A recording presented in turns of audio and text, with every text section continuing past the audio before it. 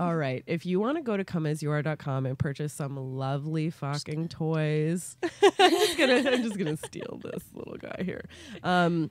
You can get 15% off with our coupon code BEDPOST. That's BEDPOST. And it's free shipping for orders over $50 in Canada, which is fantastic. If you want to check out this specific toy manufacturer, this is a Toronto indie silicone artist. Her name's Shay. She's lovely. Love crafters. Go to their Etsy shop is the first place they want you to go. And then they also have, select products peppered amongst other little sex shops. And one of them being comeasyouare.com. So, just a big shout out to Jack and Noah from Come As You Are. We actually just agreed upon that they're going to be sponsoring me for another year here at the podcast. So I'm really so grateful and so excited to continue spreading the good word about Come As You Are. I just love them so much. And I'm not sure when this is coming out, but for my shows this month, which is March, we're going to give away that little rosebud at one of my stage shows, Bedpost stage shows. So stay tuned for that as well. Yay! It's awesome. So Alisha, yes. I hear you have something that you've brought. Oh, do I? That you speaking of sex toys and just carry her around with me. So this is, I had to actually name her. So this, because when I was giving presentations, I kept saying, okay, so look at my vulva. And everyone was like, and I'm like, oh no, this one, keep your eyes up here. Like, keep your eyes on the vulva. So I had to name her Lilith. Lilith the vulva. Yes. Yeah. Super, super, super cute. And just has like all the tips and anatomy to really show off how to get the squirting going and how to hit the G spot and where to find it and not treat it like a doorbell, So yes. I love it. This is Lilith. Okay, so take me through it. Take me through Lilith here. Right. What are we looking at? So this is, so people who have a vagina. So the vagina is the inside and the vulva is the outside. Mm-hmm. That's one of the big, I think that just stems from our sexual health curriculum, just being like, okay, the vagina, and then we're going to take a look inside, and it just kind of miss it. And then it's just like, hey, this is the vagina. We learn about vaginas and penises. And it's like, well, there's the vulva. Actually. Yeah. And that was like, I don't even know why, I shouldn't even say this, but this is something like I've learned within the last 5-6 years or so. We all have. Yeah. I think we all are finally understanding that the whole thing is the vulva. Yes. Yeah, exactly. I think finally we all are. Exactly. You know what I mean? Yeah. We were taught that was the vagina. Yeah, exactly. And it's a constant learning experience. People are like, well, where's the vagina? I'm like, inside. You have to go inside. Yeah, inside. I love how your puppet hand is just like inside. I look inside here. Yeah, so you have the clitoral hood. Yep. Then this hides the clitoris. Now the clitoris is not just a little bulb that just sticks out here. It actually has legs and it gets up and walks away. Just kidding. It actually stems down, and so that's why it feels really good when people who have these vulvas and vaginas go on top of a penis and they tend to rub, because that's rubbing actually the clitoral legs that go down. So you're saying clitoral legs are inside where we cannot see. Exactly. Like a huge part of it is actually internal. It is. Yes. Yeah. Most of it. Not just this. And this is the clitoris. The clitoral head is actually compared a lot to like the top of the penis, the tip of the penis. Mm-hmm. And you don't want to poke it. You want to rub it. You want to suck on it, and you don't want to just put everything all on it. You want to make sure you're rubbing the whole thing. So that's where the legs come in, and then labia majora, labia minora, and actually in regards to individuals 18 to 25,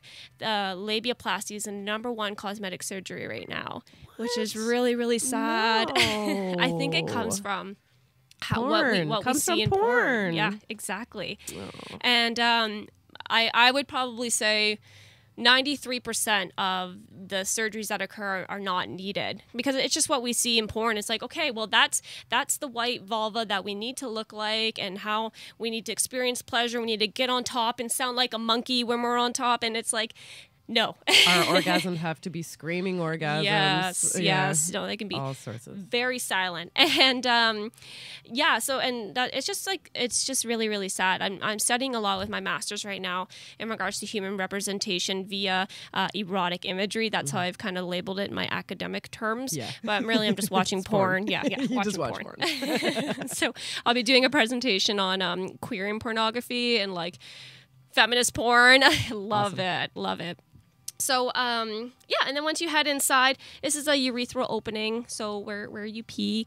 And then you go even inside even further, and then you've got inside the vagina. And this is kind of the rough part is when we're talking about G-spots, which is just beyond the rough part. It has a very similar consistency to the roof of your mouth.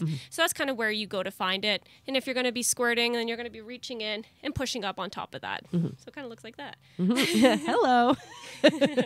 Yeah. So squirting, you say? Yes. Yeah. Oh, did I say that? Did I mention Speaking squirting? of come as you are. Oh my God. Squirting. Tell me about it. Yeah. So pretty much everyone who has a vagina or vulva, and actually what I've learned is that men as well can squirt. This is blowing my mind. It blew my mind when I saw it. There's this individual called Seal who spoke at the playground conference, and they actually showed a video of themselves squirting. Now, anatomically, they're male, but they kind of identify as gender fluid in a very spiritual sense of, well, whatever you see me as, just identify and I go with it. If I'm looking like a man today, you call me he. If I'm looking femme today, call me she. If I'm looking in between, just call me what you like. Whatever. Yeah, exactly. Very fluid. So, but this person is a penis. Yeah, penis, testicles. Owning person. Exactly. And they're squirting. Where is the squirt coming from? So it How was is this it was coming out of the penis itself. So the shaft and everything. And so what they were doing was so the same place a regular ejaculation would happen. Exactly. Okay. And they had a flaccid penis during this. I actually have the video, so maybe I can show you afterwards. I can't post it, but I can show you afterwards. Yeah. They were very, very nice to show me it or send me it. And so what they did, they had a machine, because that penetrates at the same depth every time, and it hit the prostate. So it was penetrating anally. And so it would just hit, and it took them a year to learn how to navigate their body, because in regards to feeling, they wanted to feel like a woman orgasms, like the eye rolling back, whole body just clenches, like yeah, exactly. So they wanted to experience that and not just a regular boring old ejaculation. So so it took them a year to learn this, and they had a flaccid penis, and they were penetrating penetrating anally, hitting the prostate, and until it just built up and squirt, and it was a good amount. And I asked them, I'm like, was that like a hefty amount? They're like, no, that's about a medium, and it was like. It like went up. It could have hit the ceiling if it had enough, but it went everywhere. And so is this the same type of fluid that is coming out of a vagina vulva owner? It is. It is. Squirt? Yes, it is. Yeah. Wow. So I know it was it was wild to see, and I had a million questions for them too. I know, because for me, I'm like, okay, so this is beyond just like milking the prostate. Yeah. This is actually going in there and hitting, which is very, very similar to what you would do with the vulva. So it'd almost be like you would stick to either 2 or 3, whatever the individual's comfortable with, and you would almost do like a come here. And what I've heard for some people with the vulva is that they would start penetrating and hitting the G-spot, and it starts off slow and then kind of like really builds up. And what people will do, they'll put like pressure on top of like just above the pubic mound to kind of put more pressure in there, so you're really hitting that wall. And what they found is with some people is that they were doing the penetration, and then they would come out and stimulate clitorally. Clitorally? Clitorally. And so it's just more of like a rubbing, or like going like that and rubbing the labia and the whole clitoris to make that squirting. Now, not all people who have a vulva are going to have like this huge squirting orgasm that you see on pornography. It's not going to squirt across the room. It's not going to hit the walls. For some people it can, but it may not happen every time. It could be a little trickle. It could just be like a nice amount to almost like lubricate. A nice amount. Yeah, a nice amount. Yeah. just you know. Oh, I don't know, a nice amount. A nice amount. Yeah, and it can be at different flows, and it also depends too on the person's hydration level, if they're like hydrated enough, and because if you're like tired and you've been working all day, you could still squirt, but it may not be as much as if you're hydrated, you're feeling good, you're into it, and all turned on. I'm sure there are lots of factors that go into how much. Yes. How much is actually going to be ejaculated. Exactly. Right? Yeah. Okay. So that is certainly a way that I've experienced squirting, the way that you're saying. Yeah. I also have experienced squirting with absolutely no penetration at all. Yeah. Can you talk about that? How that might happen? Yeah. So everyone is completely different, but like for you, was it more like a clitoral, like rubbing this was kind like of thing? A very strong vibrator. Yeah. Externally. Yeah. So I've heard that. Yeah, with some women like yours or people like you, were like externally, it just made it like a lot better and like what people got off on. Yeah. In general, I'm an external. Getter offer. Yeah. And you learned that about yourself through masturbation, which they need to talk more about. Which everybody masturbate. Go home right now and masturbate. Yeah. Wherever you are. Drop everything. Just drop it. But I was very surprised the first time that happened to me, because I always thought that G-spot orgasms, as I don't even think they're called that anymore. Because I think that's incorrect, actually. Because it's just more, I don't know. But well, there was research that came out a couple like last week that talked about how the G-spot is not a real thing, and it was a male Australian a dude couldn't find it.